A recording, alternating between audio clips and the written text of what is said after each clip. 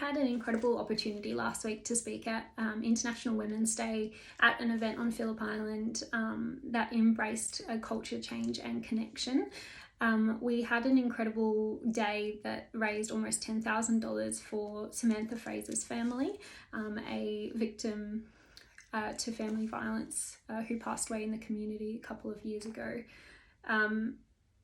I wanted to critically reflect on my experience as someone who spoke a little bit about family violence on the day, and I also wanted to, acknowledge that on the day there was a couple of circumstances that hit me quite close to home and those that I didn't quite expect to face. With that in mind, some of the things that I expressed on the day and some of the ways that I expressed and communicated those things, they didn't ring true to me, and I actually left the event feeling quite discouraged and quite saddened that the integral part of me being there on the day wasn't necessarily communicated. I really feel like there are so many things that I discussed on the day which, yes, are integral to us understanding or better understanding the experiences of victim survivors of family violence. But with that said, there was also so much that I sort of left unsaid, and that was just due to, losing my place a little bit in what I wanted to reflect on that day, especially in regards to culture change and connection within our community for both victim survivors and perpetrators of family violence. With that said, this video is just a little bit of a summary and critical reflection on the day and some of the topics that we did cover.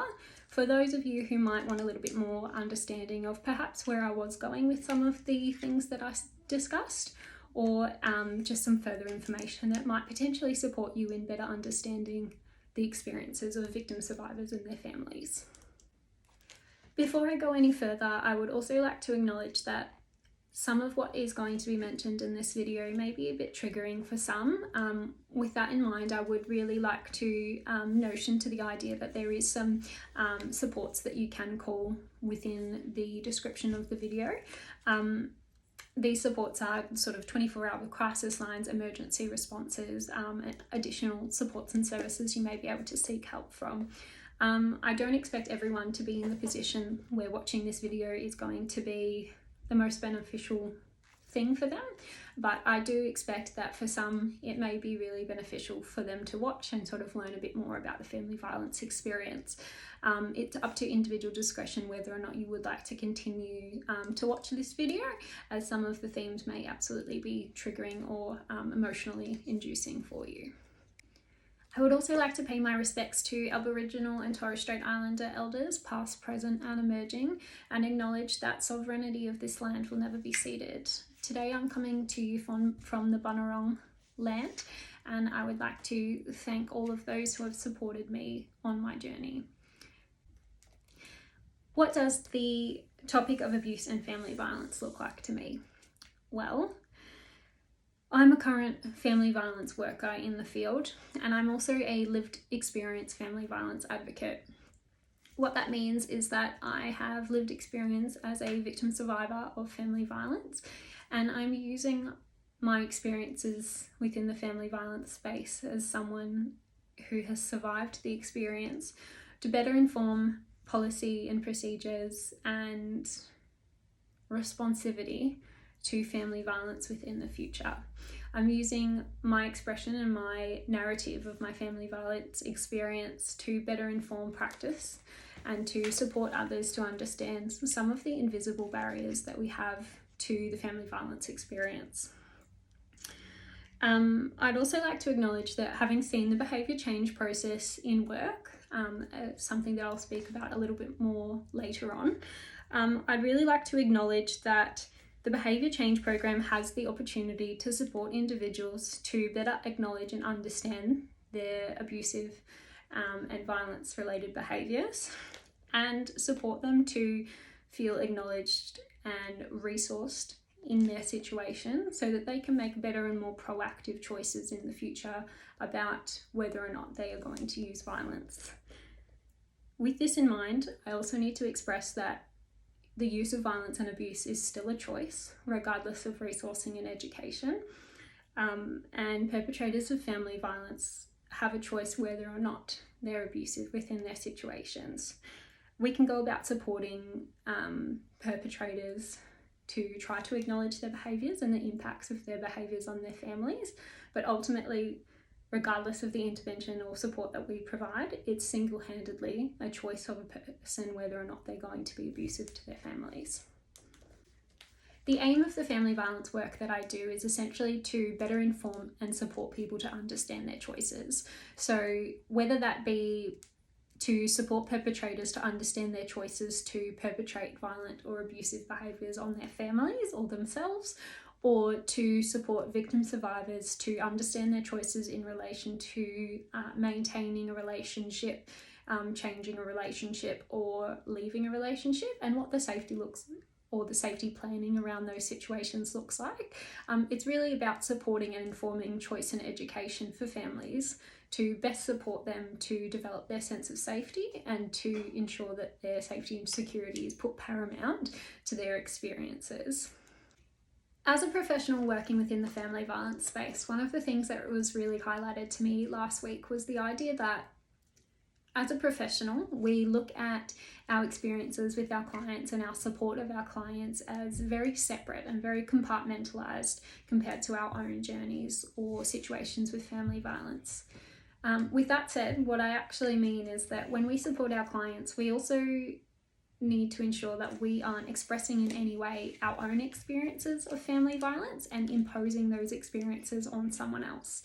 So when we work as a professional in the family violence space, we usually work with clients on developing their own experiences and being able to discuss their own experiences for their own advocacy benefit.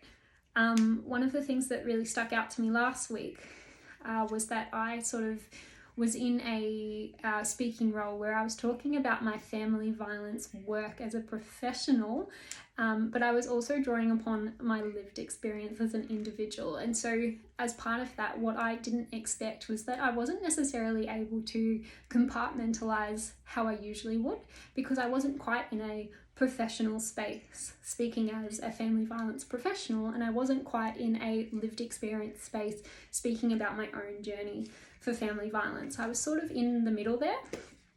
So I found a little bit of trouble actually negotiating what that space looked like, and I found a lot of thoughts running through my head like, don't say that, that's not quite professional, that could be misconstrued, or don't say that because that's just your experience and you don't want to induce that fear in somebody else thinking that that's the experience of all people.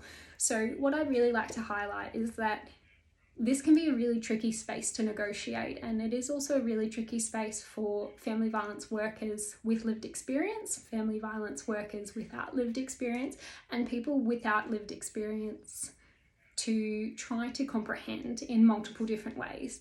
Not only do people experience family violence in different ways, but those that don't experience family violence hear about experiences of family violence in very different ways as well.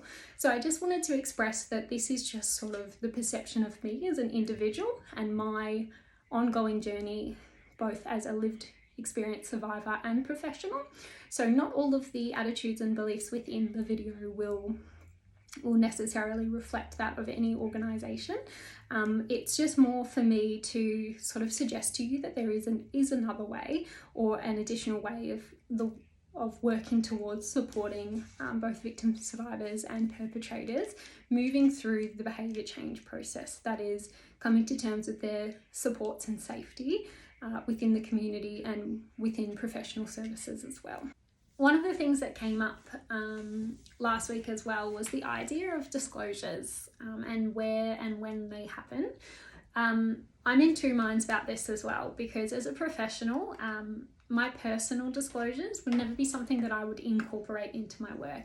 For me, it's not necessary to in any way to support a victim survivor's journey by reflecting on my own, and it's not in any way helpful for me as a victim survivor to use my experience to try to validate the experience of somebody else. When we're talking to victim survivors of family violence, what we really should be doing is focusing on them as an individual.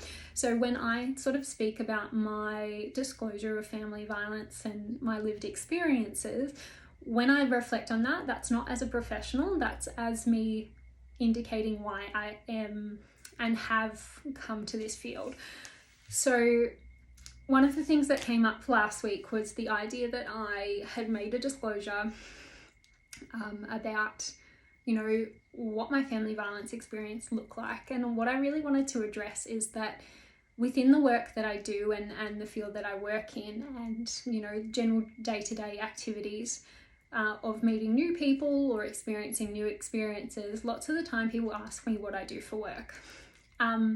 Usually I'm very limited in the response that I give because of also the safety and security of professionals within the experience, and also the idea of what we sometimes refer to as cultural load or professional load, which is the idea that once someone indicates that they are a professional in a particular area, that the person that they're indicating that to sometimes believes that they should be a main consult for what they might be going through.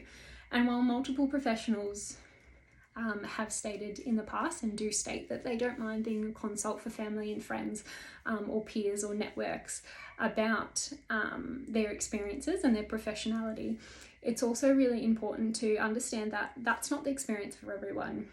Lots of us are paid for our roles, and for those that are, it's really important that we also have a lot of work-life balance. So sometimes, for me at least, expressing what I do professionally comes with a bit of a price. So it's whether or not I can do it 24/7.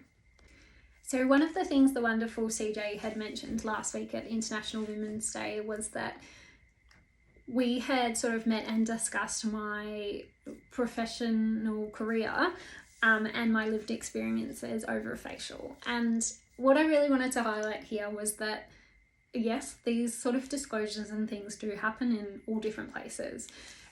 Generally, and for me, the experience, we didn't necessarily go too much into detail about on Women's Day, but what had occurred was actually that CJ and I had a discussion about sort of who I was, where I worked, what I was sort of doing. And CJ had spoken to me about, what is it, the work I do?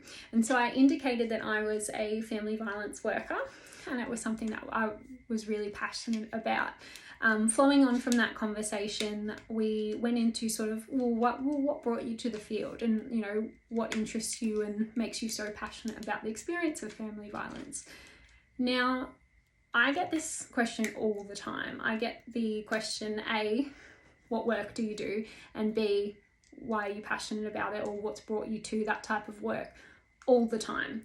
And I don't necessarily think it's a bad question. I don't think it's nosy. I don't think it's intrusive. I don't think, anything negative about it at all. In fact, it gives me an incredible opportunity to use my voice to really sort of reflect on exactly why I'm in the experience and the field that I'm in. So as both a person with lived experience and a professional, I thought about the answer to this question a lot and about exactly how I would answer it in a way that is the most integral to me as an individual. So when I'm asked, well, what brought you to the field? I always state that I have lived experience as a family violence survivor, because if I was to say anything other than that, I feel like it would mislead people into believing that I'm a family violence advocate or a family violence professional for a different reason. I'm in this field because I understand what it's like to be a victim survivor of family violence, and I understand what it's like to see behaviour change processes in motion.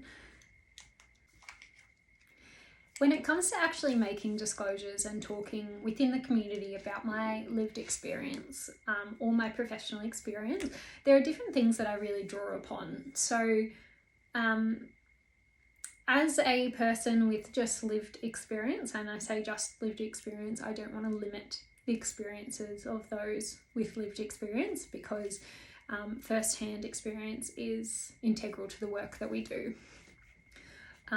But for the purposes of explaining my position when it comes to disclosures, I'm going to separate the two. So as a person with lived experience, when I think of disclosures, I think of as a victim survivor, sometimes the point of disclosures are not necessarily to professionals, so they may not be to psychologists, doctors, counsellors, nurses, allied health professionals, or people in a position to be able to support connection into some sort of family violence response unit or team.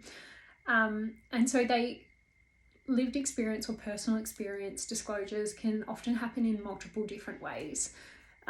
As a professional, however, experiences that I go through and that I seek support for are really important to me within the family violence space, because I also know that there is a significant impact of the idea of vicarious trauma. So vicarious trauma is the secondary trauma, or the trauma that's associated with someone retelling their story or experiences. So Crystal also discussed last week the idea that I had spoken to her or disclosed to her my story or part of my story of family violence within a facial. Now, what I'd really like to highlight here is that upon doing this, and when I was actually talking to Crystal about my story, what I really want to highlight is, as both a lived experience advocate of family violence and also a professional, one of the main things that I did when I actually spoke to Crystal about my experience was that I said I had lived experience within the field, but then I went on to say that to ask her whether or not she wanted to hear about my story. So when that came up within the conversation, I sort of gave her the opportunity to determine whether or not she was in a space where listening to that story was safe enough for her, was supported enough for her, was relevant enough for her, because it's a story that I can very willingly share with those who would like to know or appreciate the opportunity to hear. However, it's also a very heavy story, and it's a story that lots of people don't necessarily get the opportunity to say no to. So it's really important and integral to the work that I do as both a professional and a lived experience advocate to give people the opportunity to determine whether or not it's safe enough and they're feeling supported enough to hear the story that I'm about to tell them. So I will not express my story in this video. It's definitely one of many, and it's something that will over time I will be able to share a lot more of. But for the purposes of sort of understanding a little bit more about the International Women's Day event that we had done and some of the topics and areas that we discussed, I really thought it was important to go over some of these topics as well. So what I really wanted to highlight here was that professionally, my disclosures would never come into the work that I do with clients or with other people. They may come into topics when I discuss them with, for example, my colleagues, my supervisors, and, in clinical supervision and those sorts of things where it's afforded and where it's appropriate. But it's not something that I just talk about to everyone. And that's very much because of the idea of the trauma associated with hearing those stories over and over and not being able to support it, to unpack them on an individual level as well for the person who's actually listening. So I really just wanted to point out the idea that when I did speak to Crystal about this, as a friend, as a consumer, as someone that finds it so easy to speak to Crystal, she's so brilliant, I really wanted to notion that I did ask her for her permission and support to share that story, and asked her whether it was a safe enough space for her to receive that story as well, because I think it's really important as a professional or as someone who may be in the field or approaching the field to understand that sometimes where possible, it's really great to have other people's consent to hear what you're about to tell them, because that can be really emotionally inducing for them. And if they're not quite prepared to hear that story, it can also afford them the opportunity to say no, and the opportunity for you to sort of understand where they may be at as well. So without further ado, I am going to do a bit of a deep dive into some of the questions that we had on International Women's Day, and some of the questions that I sort of partially addressed. With this in mind, some of the information that you may hear within the next proportion of the video may be repetitive of that you've already heard, and some of it will be new to you. And I've particularly noted down the necessity to speak about these additional things because of the fact that I didn't incorporate them into the International Women's Day event, but I feel that they're so important to embracing culture change and connection within our community, both as women, but as a community overall.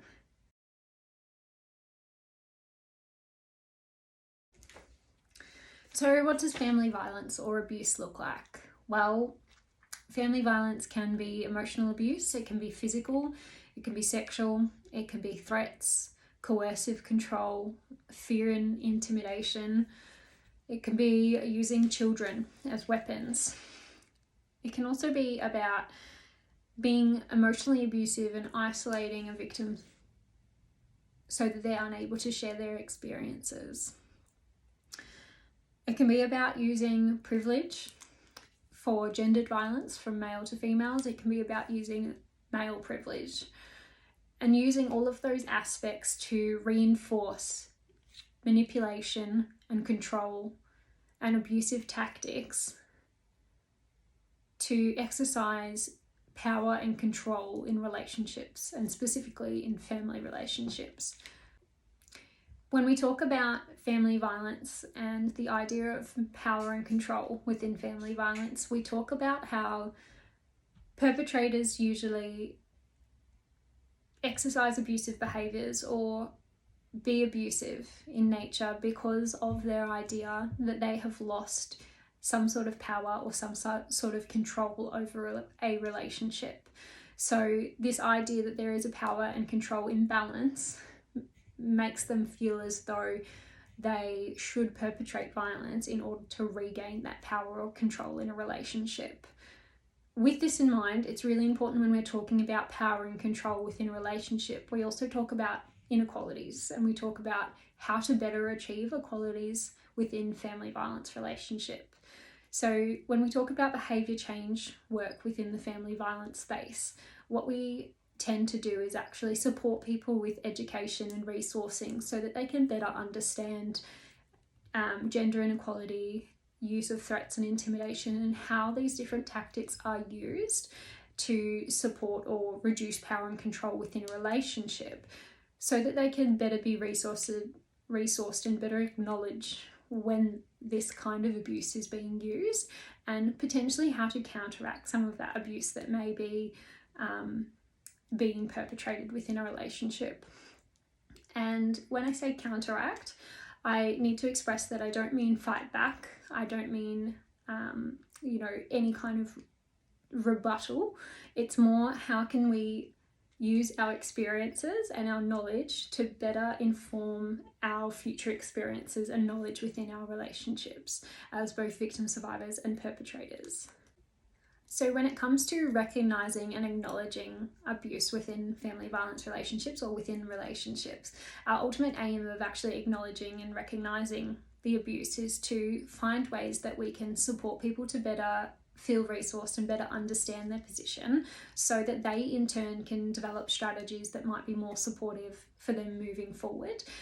That's particularly important in situations especially where people are remaining in potentially very heightened relationships, or relationships where family violence appears to continuously occur.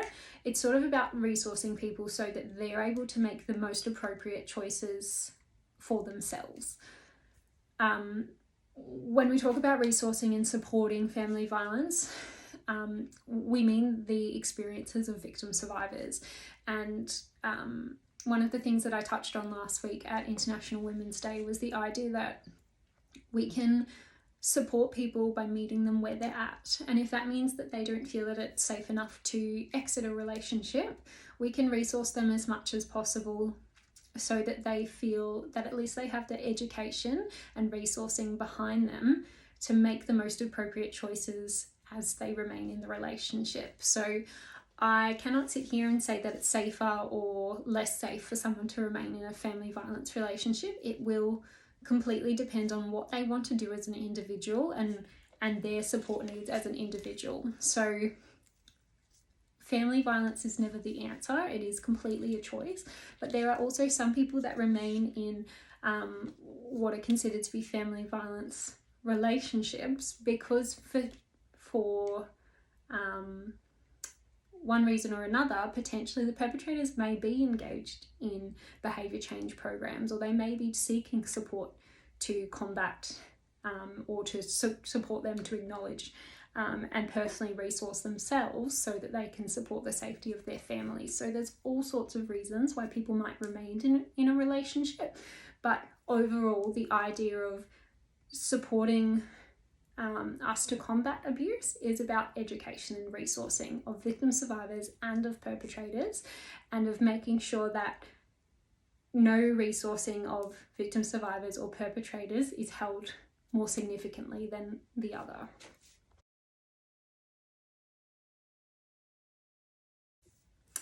So one of the other questions that Crystal asked last week was, what are the common misconceptions that people might have about the family violence experience? And there are so many misconceptions and so many different ideas of the family violence experience. So some of them are very difficult for me to say are correct or incorrect because they're still within the development process of being appropriately resourced and that sort of thing.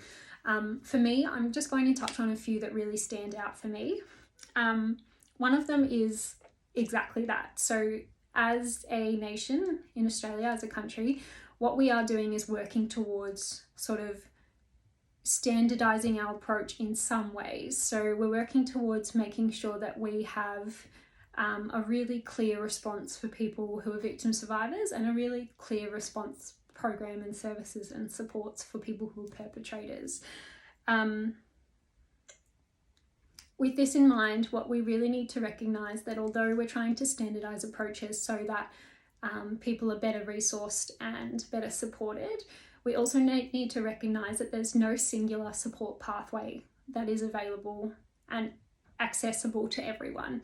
And that depends on people's cultural and linguistic diversity, their disabilities, minority groups, and all those sorts of things. It depends on catering to people's individual expectations, as well as those that we may have as a collective, as a nation. So when we sort of talk about supporting people to be better informed, we also mean the depth of the information that's provided as well, and the scope of the information that's provided. If we are streamlining services so that they are effective for a target population, that's only effective for one target population. So it's about expanding our knowledge and resources and a continuous development of our support recognition and acknowledgement for family violence prevalence and support needs, so that we're able to cater to the expectations and support needs of lots of people in lots of different family violence situations as victim survivors and as perpetrators. Lots of people, their individual barriers as a victim survivor or a perpetrator will differ from person to person and may be quite complex as well in nature. So for example, one of the things that I often reflect on is the idea that in some states across Australia, family violence is referred to as domestic violence, and in other states it's referred to as family violence. This is a really important topic of conversation because the ideas and the implications differ from person to person and from context to context. What I know as someone who has studied in this space as a professional is that the idea of suggesting that family violence is domestic violence can sometimes be extremely isolating. And for me, as someone who experienced family violence, I personally don't like the term domestic violence, because what it does is it actually, for me, limits the idea that family violence is not something that can be, it's not something that can be intervened with community support. It's not something that can be recognised by a community of people, which isn't correct. So for me, in my own experience, I reflect on the idea that there were always opportunities for schools, for education, for social support groups, for all different services to intervene in my family violence situation, because it wasn't just happening in the home, it wasn't just a private issue. So the terminology that something is domestic violence insinuates to me that it only occurs within the home, and that's 100% not the case. So while it may differ from person to person, and it may be extremely isolating, and some victim survivors may only experience family violence within their home, many people experiencing family violence are experiencing this within their communities. So they're being isolated from their communities within view. And when I say that, I have lots of concern, because when we're not picking up on the idea that this is not a private issue, this is everybody's issue, we're not necessarily seeing the scope and the necessity for involvement as a collective. So I guess to summarise, one of the things that is a common misconception about family violence is the idea that family violence is a private issue, or it's just occurring in the home. I think we have an incredible opportunity to reflect on the idea that family violence is perpetrated in multiple different ways across the community, and it's something that we can visually see or be exposed to as friends and families, as allies, and it's something that we can absolutely support even though we are not within that home or that private household. It's something that we can absolutely support victim survivors and perpetrators where possible and safe to do so, to get the appropriate support and intervention that they need.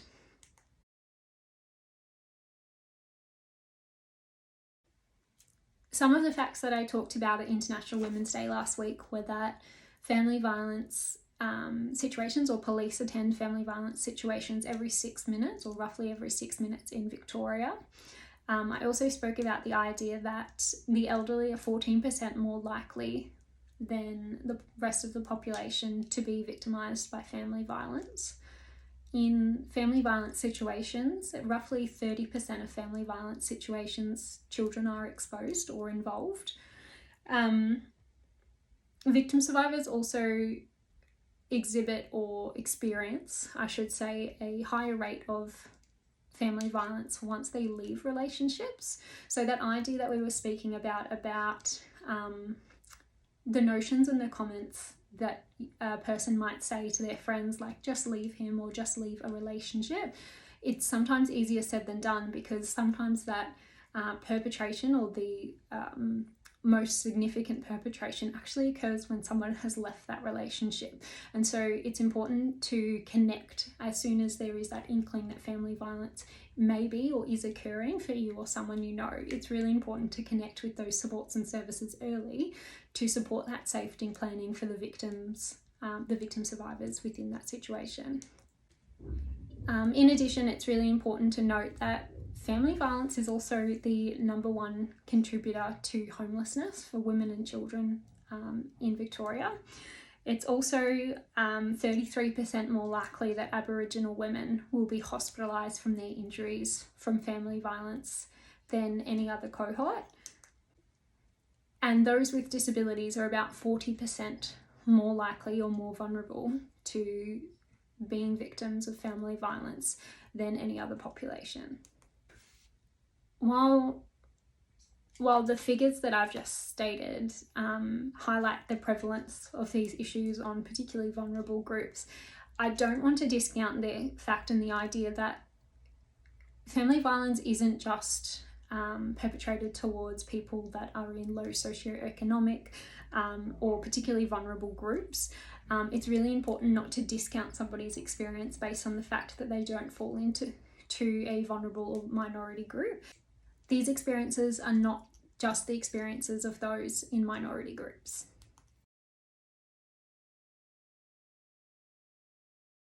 So in saying that, we also approach the topic of how we can support people within the community with the family violence that they may be experiencing or exhibiting.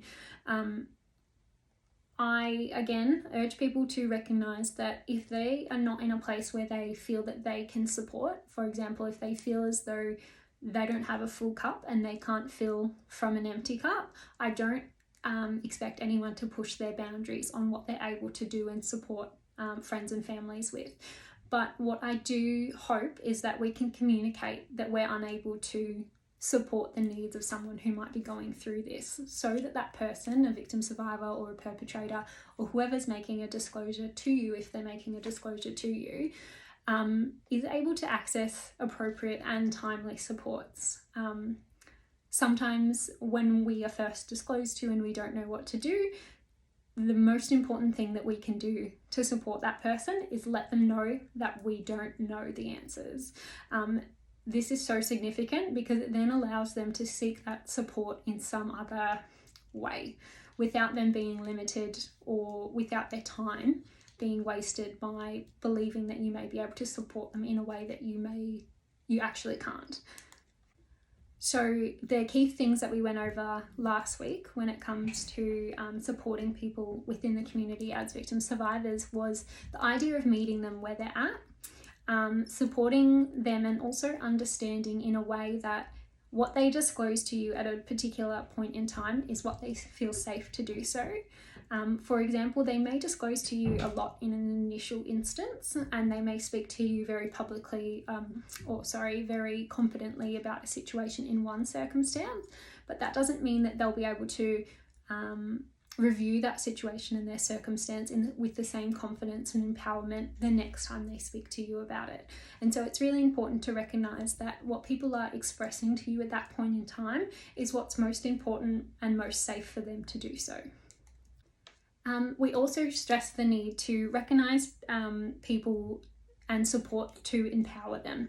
And when I say empower them, and I also touched on the idea of validating them, I don't mean saying you're right and the other person's wrong. And I don't mean sort of saying anything that you don't believe. What I mean by validation and empowerment is really supporting people to say, I hear that that might be scary for you, if that experience triggers that emotion for you. Expressing to people that you believe them, especially within these circumstances, it can be really difficult to for people to share their story out of the fear of the repercussion that people won't believe what they're going through, or they won't be able to validate it. So it's important that where you feel that you can, to validate people's experiences and their stories, and show that you care about what they're expressing to you.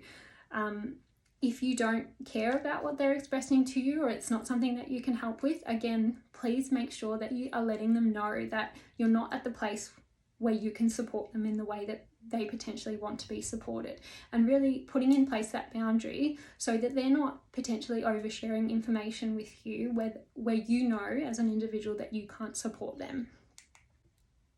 And in addition to that, also, if you are feeling like you can support someone, making sure that the questions that you're asking them are with intention. So why are you trying to find out the information that you're trying to find out? Does it actually bear any relevance to their position? And does it actually support you to seek support or to help to support them to access appropriate services? Again, making sure that those questions are really aligned with that person. So for example, how can I help you?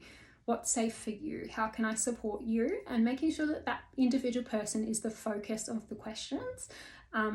Again, the reason that we focus on individuals when we're talking about experiences is because an individual's experiences, how they're feeling, what they can do, the actionable steps that they can take, are all things that are in their immediate scope of control. However, or we hope are in their immediate scope of control. Things about, for example, a perpetrator of abuse or another person within a situation, it's something that we can talk about and discuss, but ultimately we can't change without the input of that additional person.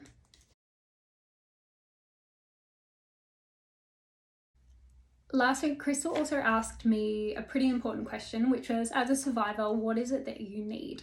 My reflection on this at the time is very similar to what I will state now, which is that all the points that I've brought up throughout this conversation are so important. So the ability for me to sort of reflect on my experience, the ability for me to tell you a story, or tell you my story in a way that rings true for me, is really important. And for me as a survivor, the acknowledgement that my story and my perception of my story might change over time. And that doesn't mean that at the moment how I believe in my story isn't true to me. It just means that as I grow and develop and learn and my behaviours change, my perceptions of behaviours and my understanding of situations may also change.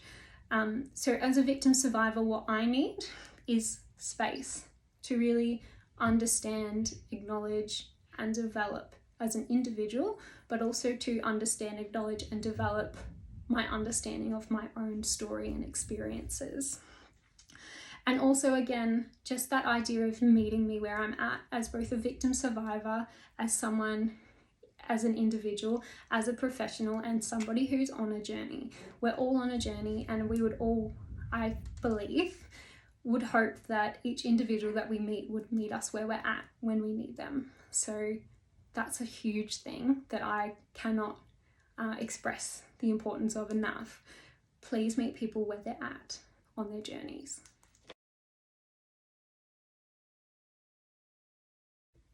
So one of the questions that we didn't get to touch too much on International Women's Day was, what do these supports actually look like? So I gave you a lot of information on how we can support people as a community, but I didn't necessarily give you information of, well, what next? What happens when people actually access support? What is it that we can provide them?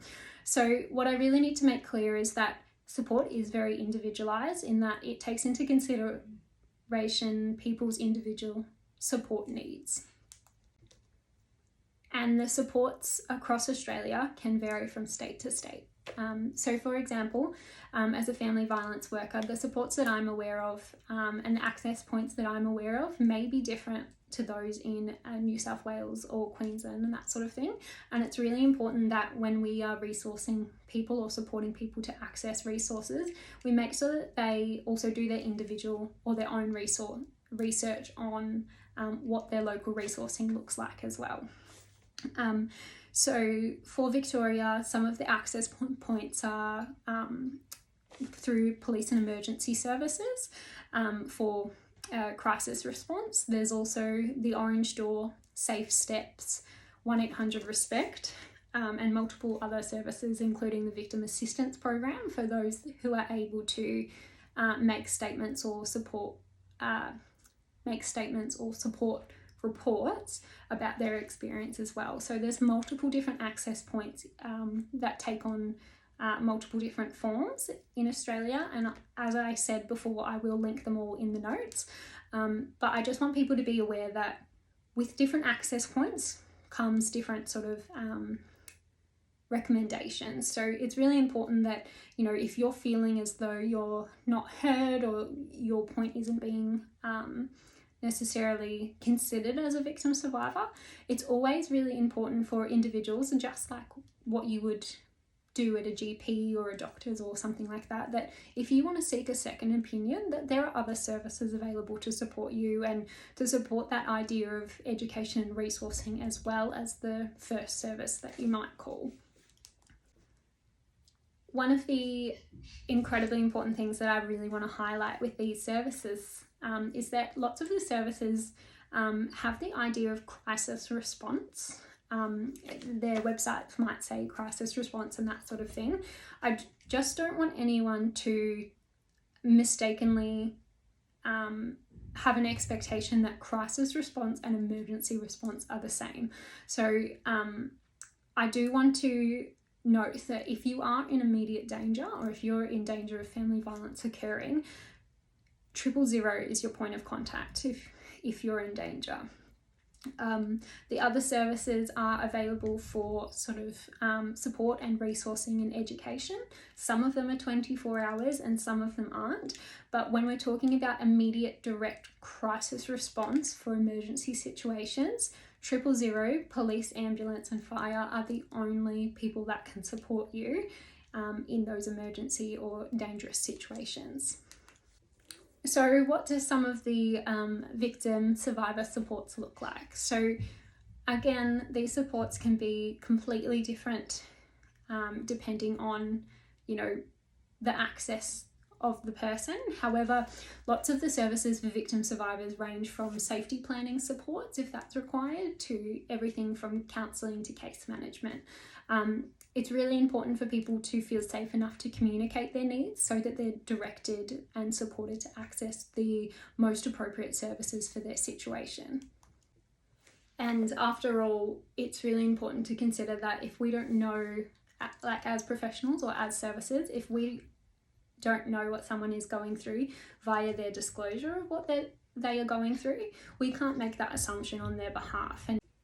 And therefore, we can't provide services that we're not aware a client needs. So for perpetrators of abusive and violent behaviours, there's also supports and services available for them. There are services and supports that are available to help them to target the idea of education and resourcing for the behaviour change process. So what that means is that we try to support them through education and resourcing and programs that are designed to better equip them to acknowledge their behaviour so that they can limit the recidivism risk of continuously maintaining that behaviour. Now, ultimately, I need to express again that when people go through these programs, it's not a be-all and end-all, and they still have absolutely the choice whether or not they perpetrate violent and abusive behaviour. We hope that when they go through the program and receive lots of education and support around why it is that people are abusive and the effects of the abuse on the people around them, that they're actually more informed to make better choices in the future. However, I need to stress that this isn't always the case. The idea within the program is to support people to be better resourced and to make better and more proactive choices, but we can't always guarantee this, unfortunately. So sometimes the programs might be like one-on-one supports with a case manager. They also might be group work and behavioural support within a group environment where people are aware that other people within the group have similar experiences and they're all working on that behaviour change process and accountability towards not using abuse and abusive behaviour together. So the peer environment actually supports education to occur and resourcing to occur by allowing people to draw upon their lived experiences as perpetrators of violence and really acknowledge and understand why they may have been using some of those behaviours in their relationships in the past to better cement why and how they could use more proactive approaches to being abuse-free within the future. In addition, I really thought that it was important at this point in time to note that I have heard a lot of victim survivors in the past say that they're a bit scared of what would happen if they excluded a perpetrator from the home. And they've sort of said things about how they feel like their safety might be compromised because all of a sudden they've excluded someone from the home and that person, the perpetrator, may have nowhere to go. And so what does the safety planning around that actually look like from a professional perspective? Now, it does vary from case to case, but what I really want to highlight within this point in time is that there are also supports to assist perpetrators to remain out of the home as well if they are willing to acknowledge their behaviours. So when I talk about someone being excluded from the home, I mean through like an intervention order or something similar, or being asked to leave. They are able to access supports to ensure that they are not, or they are best positioned to not be recidivist in nature. But again, the choice to use violence is a choice, and that choice to be abusive or controlling or manipulative in nature is again a choice. So whether or not they use the circumstances and the supports and programs available to them to remain out of the home and to limit their recidivism risk is completely up to them again. So with this all in mind, I guess the next thing that I would assume would come up for lots of people, and I know came up for me when I was learning about this, or was the idea that, you know, well, what does offering services and supports to perpetrators actually do for the overall situation?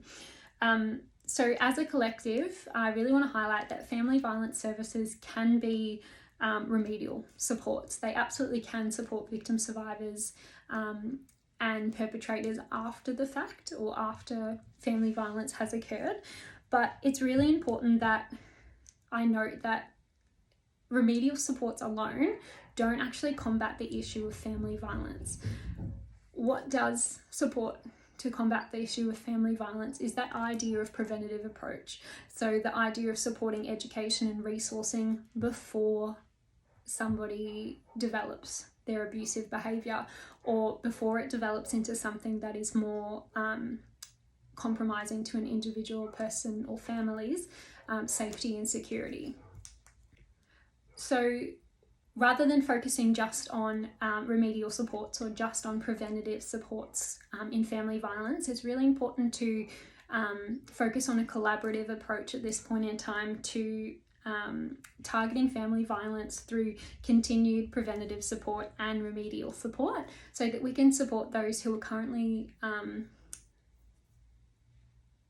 sort of recovering from family violence situations, but also be preventative in nature, so that we're ensuring that the next generation or the next group of people who potentially may be exhibiting family violence or abusive or controlling or manipulative behaviours are ultimately being better resourced to make better choices in the future as a collective. And in saying that, what I really want to sort of suggest as well is the idea that this resourcing and this education and support can really start extremely early. So this is something that can start in preschool, and I don't mean necessarily describing family violence situations and, you know, what we can do about them then, because that won't make sense to a child at that age.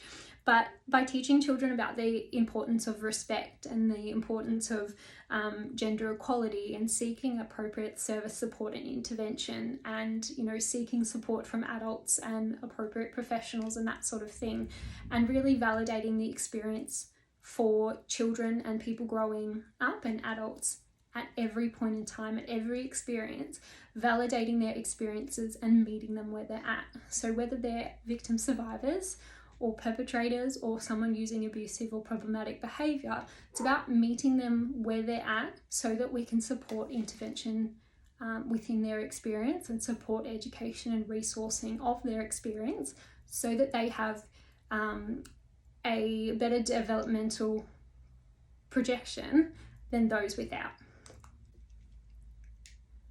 In summary, I think that the idea that and the narrative that family violence supports are remedial, it has this incredible opportunity to be rewritten, and we have this incredible opportunity to be integrated in the way that we target the focus and target that education and resourcing at the start, so that these things don't develop into really problematic or abusive behaviours. And I think that when we look at family violence, we need to absorb the idea that this is everyone's responsibility to teach the children or the people within their lives about gender inequality, about respect, and about how they can better support themselves and better resource themselves, so that they can better support the safety and security of those around them as well. So to finish off this video, what I really wanted to say was a huge thank you to those of you who have got through to the end. If you do have any questions, if you would like to send me a message, I will do my best to try to keep up with those and to reach out where possible to have a chat with you about anything that you're sort of curious about regarding the video. With this in mind, again, I just want to advise for a final time that these are my own personal perceptions and understanding of, you know, some of the things I've gone through either as a professional or someone with lived experience. And the idea around this video is really to advocate for the experiences or some of the experiences that people may be going through if they're in this situation. Now, the approaches that I've spoken about today, they don't necessarily, I can't say that they work for every single person. And again, I need to express the significance of personal choice within these situations. But again, if we are looking at people's individual circumstances, if we are meeting people where they're at as a community and supporting people where we can, and really communicating and staying open to the idea of communication about our own needs as well as the support needs of other people around us, we absolutely foster a community that limits the isolation of people going through these experiences and gives more opportunity for people to come forward and express their stories in safe and supported ways. So I'd like to thank everyone who has, again, been able to get to this point in the video, and I apologize if there's anyone who hasn't been able to get to this point. Again, I know that this video might be triggering for some, as it's a bit of a sort of inflection on personal perceptions around the space, but I did just sort of really feel that it was necessary for me to cover a bit more than what I did last week on International Women's Day, because I really thought that for me it was integral to support the understanding of other people of exactly where I'm at as a person on my own journey, with lived experience and with professional experience, to better understand the things that I value and the things that I wish I had known a couple of years ago or a decade ago, because I feel that the things that I've highlighted within this video can support people to access to better access their communities, to better change their approaches to seeking support, and to be better resourced so that there is a lot more connectivity within our communities. So thank you all finally and once again for watching this video through, and please again, if you've got any questions, don't hesitate to reach out.